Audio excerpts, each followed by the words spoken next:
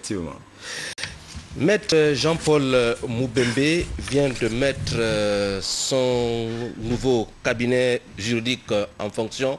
C'est ici dans la capitale gabonaise, histoire pour lui de rapprocher les populations de cette infrastructure de haut niveau.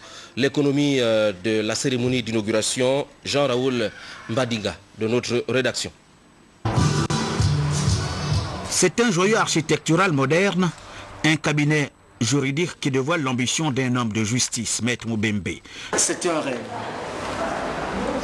Ce rêve pour moi devient une réalité. Je souhaite faire de ce cabinet un grand cabinet de jeunes avocats spécialisés dans tel ou tel domaine juridique.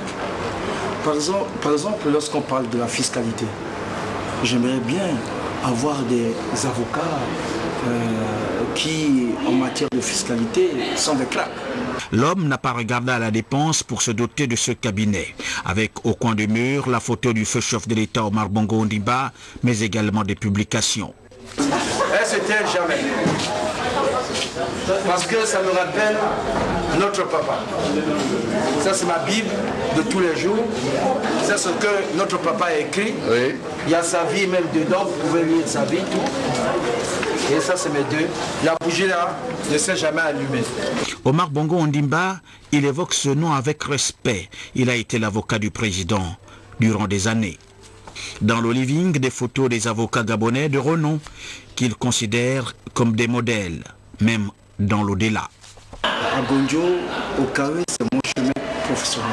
Ici, le client sera respecté comme à son habitude au regard du cadre de travail. Il reconnaît, comme dans l'affaire du Coréen Lee, que la justice est parfois difficile à rendre. Le cabinet du Maître Moubembe se définit comme un espace de travail grand luxe. Il se situe au charbonnage face à l'ancienne résidence du feu chef de l'État, Omar Bongo Ondimba. Pas un hasard. La page politique avec l'Union du peuple gabonais et l'UPG qui a célébré aujourd'hui son 22e anniversaire. Les manifestations commémoratives ont eu lieu cet après-midi au siège du parti ici au quartier Awende. Un 22e anniversaire fêté sous le signe du bilan et perspective. Sans doute, le président du parti, Pierre Mambundu, le député de Ndende, s'est adressé à ses militants. Nous y reviendrons demain avec Edgar Ziembi Doukaga et Serge Nzengue Mabila. La commune de Guétou, enfin éclairée grâce à la dotation d'un groupe électrogène. C'est un don du parti gabonais du centre indépendant, le PGC. Cherel Bungota, Marlise Mengue. Les suffrages lors des élections locales dernières, le parti gabonais du centre indépendant avait pris l'engagement d'œuvrer avec les fils et filles de la Mougalaba dans l'unité et la solidarité pour donner de l'espérance aux populations. C'est dans cette perspective qu'une délégation de ce parti vient de doter la commune de Guétou d'un groupe électrogène. Avons compris le triptyque paix, développement, partage, prôné par son excellence Monsieur Ali Bongo. Avons compris le triptyque paix, développement, partage, prôné par son excellence Monsieur Ali Bongo Ondimba, président de la République. Voilà pourquoi le président du PGCI et les membres du bureau exécutif du dit parti vous offrent en ce jour un groupe électrogène. C'est un groupe de 80 kW capable d'alimenter en plein régime toute la commune de Guétou et quelques villages environnants. Comment ne pas donc reprendre la parole créatrice du premier livre des Saintes Écritures, la Genèse, au chapitre 1, verset 3, que la lumière soit, et la lumière fut. Un don d'une telle portée ne saurait être tu. Les mots ne sont pas, hélas, à la hauteur de vous exprimer notre commune satisfaction et notre sincère reconnaissance. Outre ce don, la délégation a visité les chantiers des cases de passage qui sont en construction. Par ce geste, le PGCI vient de s'engager à l'épanouissement du Gabon, geste qui doit se pérenniser. La politique encore avec la fin de la tournée Habitam de l'élu de cette commune, le ministre René Ndemezo-Obiang. Une fin de tournée en fanfare, comme nous le précise Pierre Claver est là et Jacques Marouga Kombila Samwana.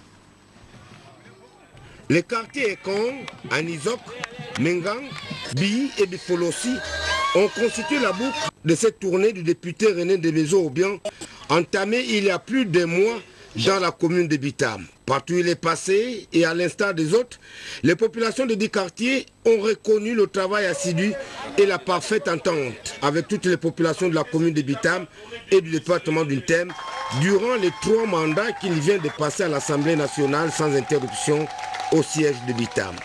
Pour le développement de cette cité, René Ndemezo-Obiang a initié et fait aboutir de nombreuses démarches qui fondent aujourd'hui la fierté de tous les Bitamois, parmi celles-ci, la rénovation de l'aéroport. S'agissant du choix de notre futur député à l'Assemblée nationale, nous vous demandons non seulement de vous porter candidat à cette élection, mais promettant de vous faire le plein de voix, comme à notre habitude. Monsieur le ministre, nous vous considérons bien entendu comme notre député, mais aussi comme notre guide moral sur le plan familial.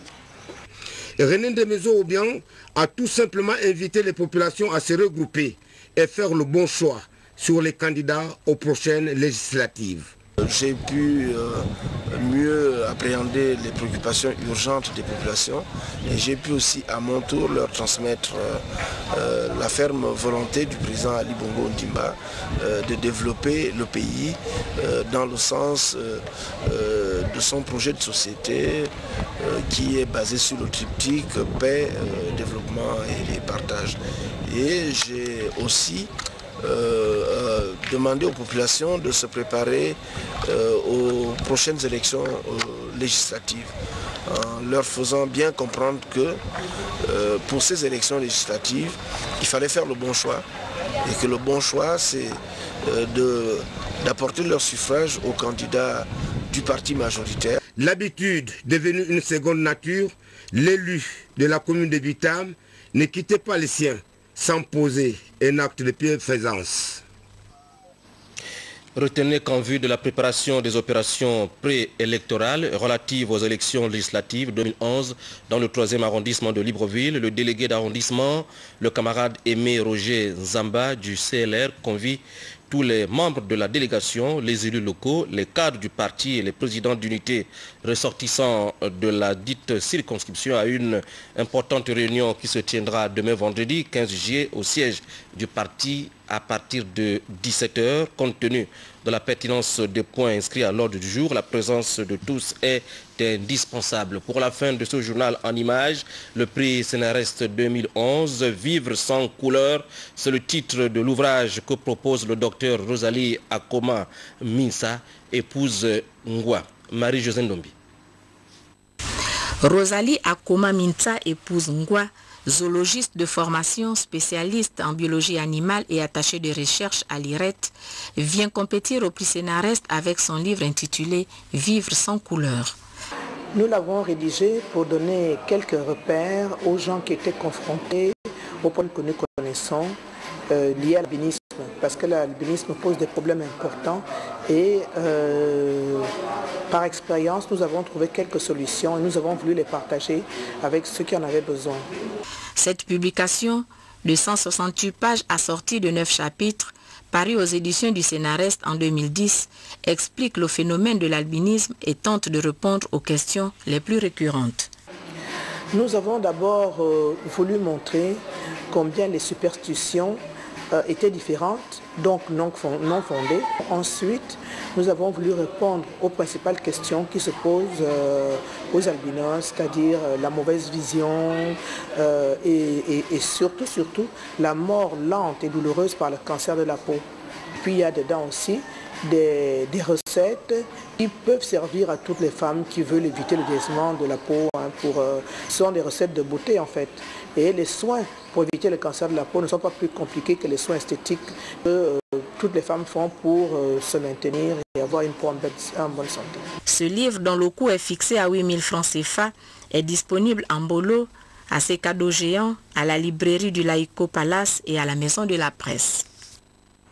Marie-Josée, merci. Les vacances et ces activités dans la perspective du lancement de ces activités vacances, le directoire du mouvement des jeunes de Bassega convie tous les ressortissants de cette contrée résidant ou de passage à Libreville à une réunion samedi 16 juillet à 10 h à l'école publique de la Sorbonne. Après la diffusion du communiqué final du Conseil des ministres ce soir sur nos antennes, vous suivrez une édition spéciale sur la mission gouvernementale cet après-midi au site Koukal, théâtre d'un accident pétrolier ce matin. Alors Christian Ogula Angwe, Paulin Hilaire Siaki coordonnait le journal que réalisait Christian Olele Legrand, derrière la caméra Chrislin Maïnda. Merci de nous avoir regardés. À la prochaine sur nos antennes.